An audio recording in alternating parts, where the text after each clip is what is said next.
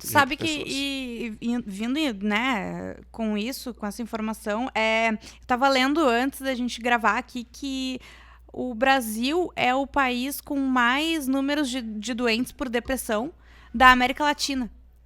E principalmente com a pandemia, foi o país que mais sofreu e que aumentou muito também o número de crianças e adolescentes até 18 anos com depressão. Em função porque, claro, eu acho que nunca se falou, a pandemia veio para alertar sobre isso também, porque nunca se falou tanto sobre saúde mental e terapia quanto na pandemia, né? Porque muita gente teve que aprender a lidar com ansiedade, com depressão, com várias coisas, Sim, né? foram vidas mudadas em graus que batem diretamente em coisas que fazem a gente ser saudáveis, como os hábitos. As pessoas tinham hábitos, rotinas, e muitas vezes a tua sanidade, ela tá pendurada só no fiozinho da rotina. Sim. Tipo assim, a diferença entre a pessoa se afundar numa depressão e ser um ser humano funcional, ainda que não muito saudável, mas funcional, é acordar todo dia, às 8 da manhã, tomar café, entrar no ônibus, ir pro trabalho, almoçar, fechar o expediente e voltar para casa. Sim. Esse hábito diário imposto pelo trabalho auxilia muitos funcionamentos emocionais, né? Claro. Tipo assim, tá, beleza, tô sem tempo para ficar triste. Tem que ir pro trampo, tem que correr. E ainda que a gente saiba que isso não é o mais indicado do ponto de vista de saúde, é o que resolve a vida de muita gente. E daqui a pouco, tu não vai mais pro trabalho. Fica todo mundo em casa, convivendo com os seus maridos que não estão acostumados a conviver em horário comercial, Com os convivendo filhos. com o filho que tu tá acostumado a não conviver no horário comercial.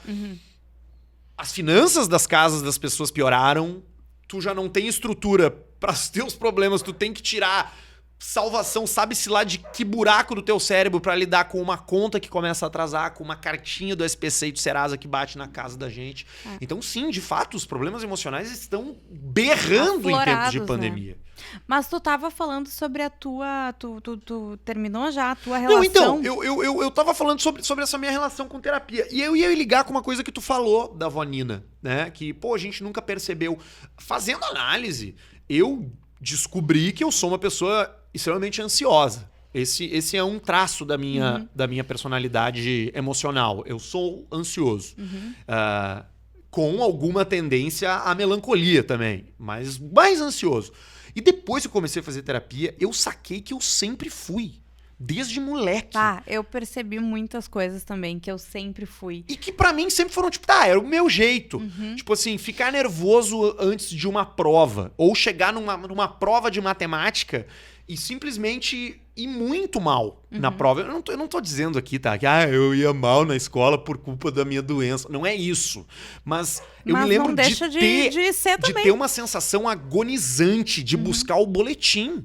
Sim. Assim, de medo paralisante, a ponto de dar dor de barriga, ter diarreia, vomitar. Só que, tipo assim, eu tinha 15, 16 anos, tá, beleza, isso aí é normal. E não é normal. Isso Claro. é um traço de uma pessoa que foi ansiosa a vida inteira, seja lá pelas razões que fossem, né? Sim. Mas foi ansiosa a vida inteira e foi descobrir que era ansiosa e que dá pra viver sem ser ansioso com 30 anos na cara, sacou? Sim.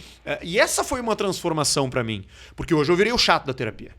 Quando alguém me pergunta se eu posso dar uma dica pra alguém, se eu posso dar um conselho pra alguém, é esse, cara. Faz terapia. Faz terapia, vai te descobrir, vai te conhecer, procura um autoconhecimento, sabe? E esse processo funcionou muito bem pra mim. E eu sei que funcionou muito bem pra ti também, né? Sim, mas até pelo momento que tu passou, assim, né? Isso que eu quis falar antes, pelo o baque que tu teve, teria sido muito pior Foi se um tu não airbag. tivesse, né? Eu tinha um airbag. É. Eu já tinha um airbag. Fazia Por um isso ano que eu tava digo, construindo assim, esse daqui airbag. a pouco tu não precisa esperar estourar um problema pra tu procurar ajuda, pra tu procurar alguém pra conversar, né? Um psicólogo, um psiquiatra. Mas eu, na verdade, esperei estourar, né? Porque eu queria fazer terapia há muito tempo, sempre falava nisso, só que eu não tinha tempo. Não tenho tempo, não tenho tempo. E de fato eu não tinha tempo. Só que quando a gente... Mas tinha tempo pra outras coisas. Exatamente, porque não era a minha prioridade. Quando tu te prioriza, e nada mais é do que isso fazer terapia. Eu falo muito com a minha psicóloga sobre isso, porque a gente... logo que eu comecei, às vezes me chamavam pra reunião, eu tinha que desmarcar, não sei o que. E ela falou, não, é um compromisso teu contigo mesmo, sabe? Fazer a terapia, não desmarcar, não deixar de lado, sabe? Tornar aquilo uma prioridade pra mim. Porque é uma coisa que me faz bem, é uma coisa que eu tô fazendo só pra mim, né? E é difícil a gente ter momentos com coisas só pra ti. pro teu bem-estar de fato, né? Na vida correndo, enfim, de trabalho, de tudo. Então, pra mim, foi muito importante, mais do que pra apagar incêndio, né? Também aconteceu, e enfim, até agora eu tomo remédio e faço terapia com psicólogo, com psiquiatra também. Foi pra eu me descobrir, me conhecer, assim. Hoje eu tenho muito mais certeza de como eu sou, de várias coisas. Acho que tem muito pra me descobrir ainda. Mas isso que tu falou, assim, de pensar em coisas de quando eu era criança, acontece muito. Sabe? De entender uma coisa hoje que aconteceu há 20 anos, sabe? Sabe que tinha uma coisa que eu fazia, assim, quando eu era criança, adolescente, que eu recebia os boletins da escola. Eu recebia o boletim ali, não sei, que na minha escola era trimestral. Meu era bimestre. A cada 3 meses a gente tinha as provas e tinha os boletins. E aí, no final do ano, tinha ali a média, né? Se tu passava de ano ou não passava. Basicamente era isso.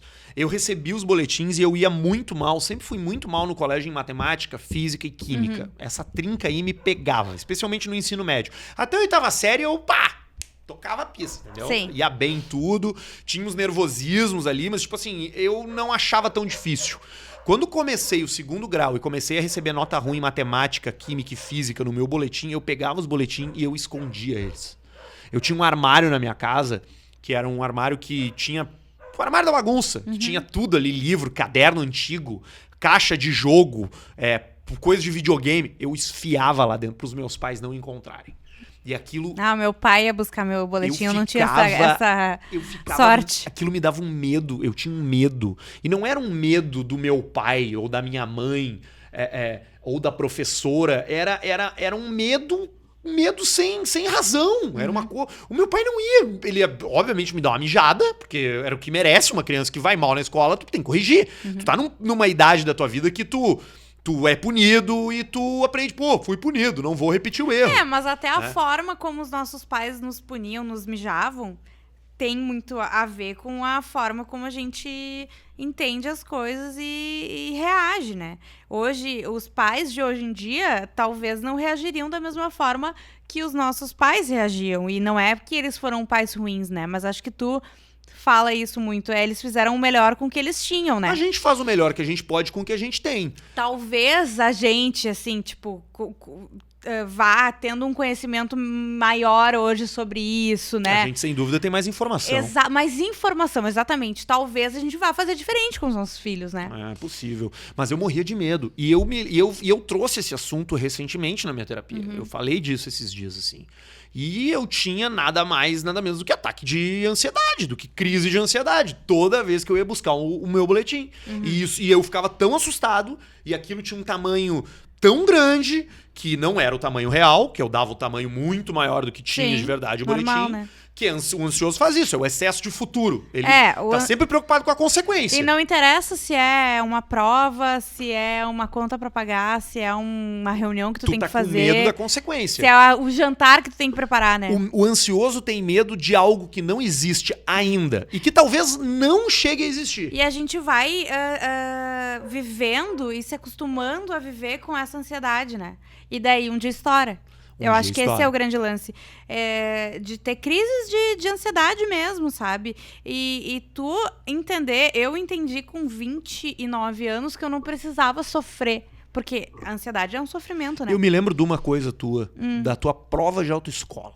Nossa, gente. Sério, o que eu tomei de água de melissa? Na época eu não conhecia... Quantas vezes tu rodou na prova de direção? 2. Tu passou na 3ª vez, né? Eu fui junto contigo. E eu me lembro que tu tava extremamente nervosa. E eu sabia. E o meu instrutor sabia. Eu podia ter passado na 1ª. O meu problema, o que me segurou foi a ansiedade. O que me fez errar, o que me fez ratear. Eu não botei cinto na 1ª vez, sabe? Umas coisas assim. Totalmente de estar preocupadíssima. Daí, óbvio, quando o cara me falou, já tinha 3 pontos estourados, né? Mais um eu rodava. Daí eu já saí toda cagada, porque eu fiquei apavorada que eu não tinha botado cinto, daí pronto, né?